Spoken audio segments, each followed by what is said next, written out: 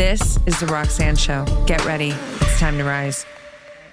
I really receive you as a very magnetic woman. I think that when you are truly integrated and operating from your authentic self, this is where your magnetism is so powerful. I want to ask you, you said you were denying yourself. Was that, what did that look like for you? What did that feel like? How was that showing up for you? hmm So I think for the longest time and all throughout my, childhood into early adolescence, even in my mid to late 20s, I had this idea that, if I was going to be taken seriously or I was going to be, successful in my career, then I couldn't show any weakness. Mm.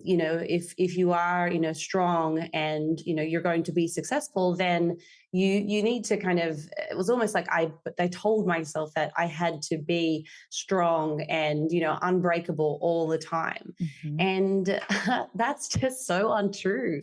I think, when I denied myself of, those true emotions, and when I didn't allow myself to, embrace, the girly part of me still, because as somebody that's come through with a very academic, science background, Mhm. to be taken seriously, I think I had this belief or mindset that, that's the only way that you can be. You have to always portray yourself this way if you want to be taken seriously and if you want to have a good career, Yeah. particularly because, it's such a male dominant industry, at least in Mhm. the science space. Sure. So, as a female coming through, I kind of felt like I had to have this persona, and I was denying, a big part of myself. And I think some of that was inherently through the way that I was raised. I Mhm. was told, you need to, don't use your looks or your appearances to gain favor, and you should, don't. You shouldn't be, all about your physical appearance. You have to just, pretend like that part doesn't exist. It was like almost body avoidance, like Yeah. persona avoidance, because otherwise you're vain, or you're too feminine, and then that's not strong or powerful. So yeah, I think those were some of the things that I really denied myself of being. And I think once I believed that you can still be educated, you can be intelligent, you can still be funny, you can still have a Yes. personality, God help it if we all take a joke every now and then, Yes. and you can still be feminine, like, cool, I occasionally like to do my makeup. And for so long I never would want to put selfies or pictures up. I'm like, what, that's just kind of part of being a girl. We like different stuff.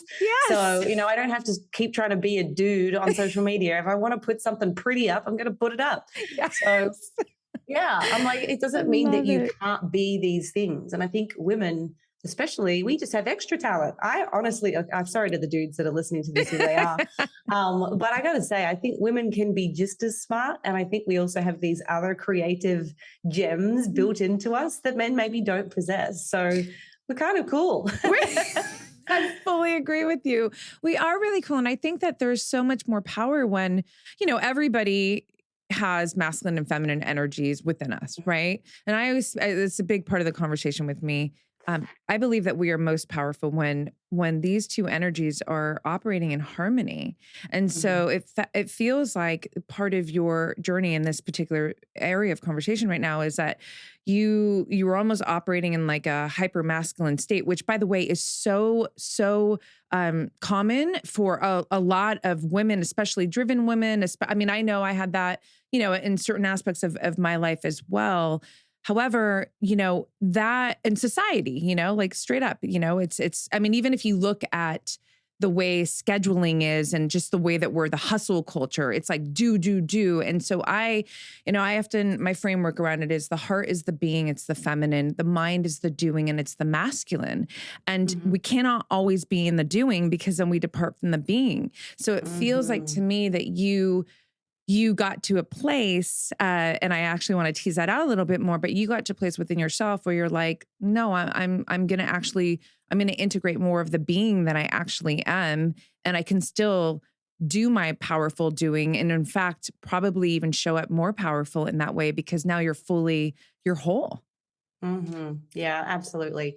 No, it's been really really beneficial, I think, for me to kind of step back and get in tune with myself because, like I said, I think, and for a lot of us, we tend to deny ourselves the opportunity to reflect and really get present and, listen to who you are in your heart. And that was the biggest change for me, I think. I had the desire to find my happiness because Yeah. for the longest time, I felt like I was just chasing this endless, unfulfilling, career path. And I really had to get in tune with myself to kind of find out, well, what's missing from this? Why don't I feel fulfilled? Why am I unhappy? Mhm. And there were a lot of other, competing circumstances, I think, that we can probably talk about a little bit today, Yeah, please. with regards to my eating disorder and Yes. some trauma from my, teen years and Yes. adolescence. So, those things were making it even more challenging because I had this, ideal image in my head of how I was supposed to show up, of how I was also supposed to look, Mhm. from a physical appearance standpoint.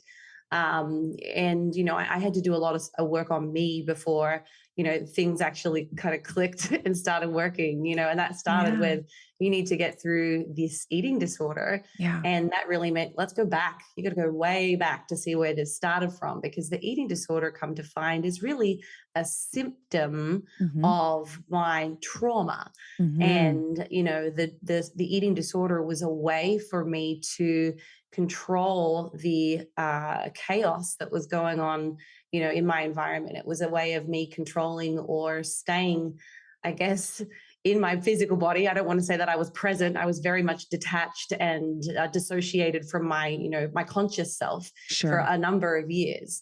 Mhm. So it was really a nice way for me to kind of get back into, who is Holly at her core and who does she want to be? Yeah. And that meant I had to tackle a lot of big demons to kind of come out the other side and feel like, things are really, really good now. I love that, and I know a lot of women in my community, have addressed, having eating disorders and essentially like, it's almost like you get through it, but you're never fully recovered. It's almost like something that you have to constantly kind of Hmm. monitor or be aware of. And I know with you, I mean, you had it pretty severely. There was like bulimia, anorexia. Hmm. What was that point for you what was like the bottom line point where where you decided like, okay, no more. I gotta Hmm. turn this around. Yeah, honestly, I remember very clearly. I had started writing a book about this, but there was a particular moment. I think I was going through some challenges in my marriage. Mhm. I had actually, started living separately just for a little while to get myself back on track. I knew that if I was going to, make things work in a relationship sense, I needed to do the work on me as well. And it was difficult to do that with so many things kind of going on in our lives, like in a business sense and in our Yes. family. So I just done, it was probably 3 years of back-to-back competitions. Mm. And I was one morning, I guess I had, been and done a workout. I'd come home and I just found myself gorging myself on, something absolutely silly in my pantry. It wasn't like a, big dessert or, a whole bag of, candy or Something great. anything. It Yeah. was, I just had like, I don't know, 6 bowls of cereal, just like a silly amount of cereal. Everybody knows about the cereal like addiction. Yeah, So totally.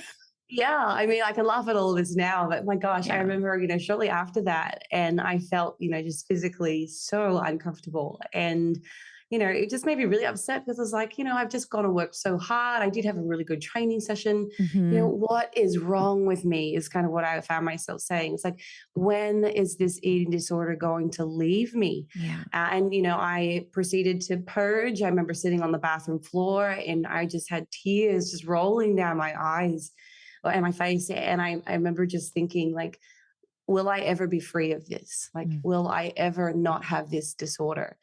And I just remember then, like that day, I was like, that's it. I am never going to let myself purge again. So you have to wear the consequences of your, eating decisions.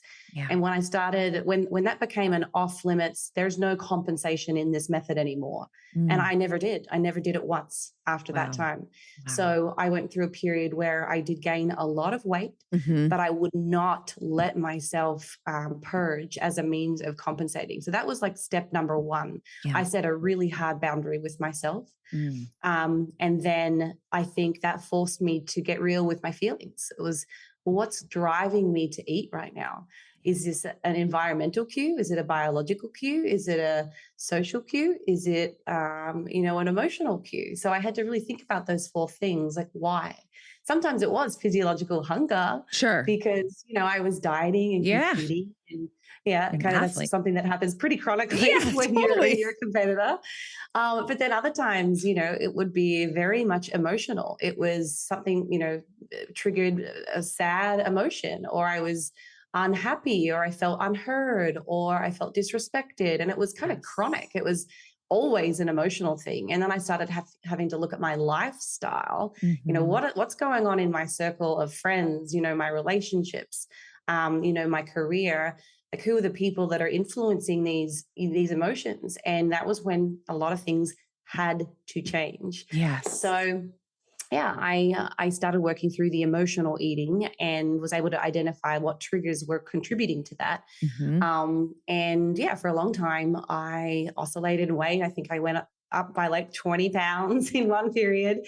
But I think every time I spoke to my therapist, and I did work with a professional for I'm still working with her. I've been with her 4 years now. Amazing. But it was like weekly, and that's what it took. And then it wasn't just that one session. It was, I have every single book I could get my hands on, every single Audible, every single podcast that I could, listen to in my free time about, how do I change my life? How do I become, this positive, happy person?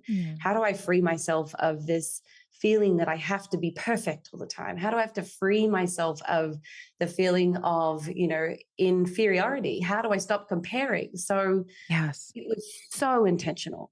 And, with that frequent, consistent effort, that's kind of when things started to turn. And it took a long time. Yeah. And I think we all still keep learning. It's like you just get better at regulating your emotions. So it's not like I don't see, a beautiful woman and I'm just like, oh my God, she's amazing. And then it's not like I don't have a bad thought, like, oh, I'm so crappy. I still have those thoughts. Like, I might feel inferior. I'm like, God dang, she's beautiful. But, I don't let it affect me the way that it used to. I still go to the gym. I'm still, in my off season, and I'm not the fittest person in the gym. And I'm just like, yeah, that's okay. That's okay. I know I can do that. I'm choosing not to because I value these other things in my life just as much as my physical appearance or my health. Thanks so much for listening, you guys. Please like, subscribe, and share. And don't forget to leave us a 5-star rating and review.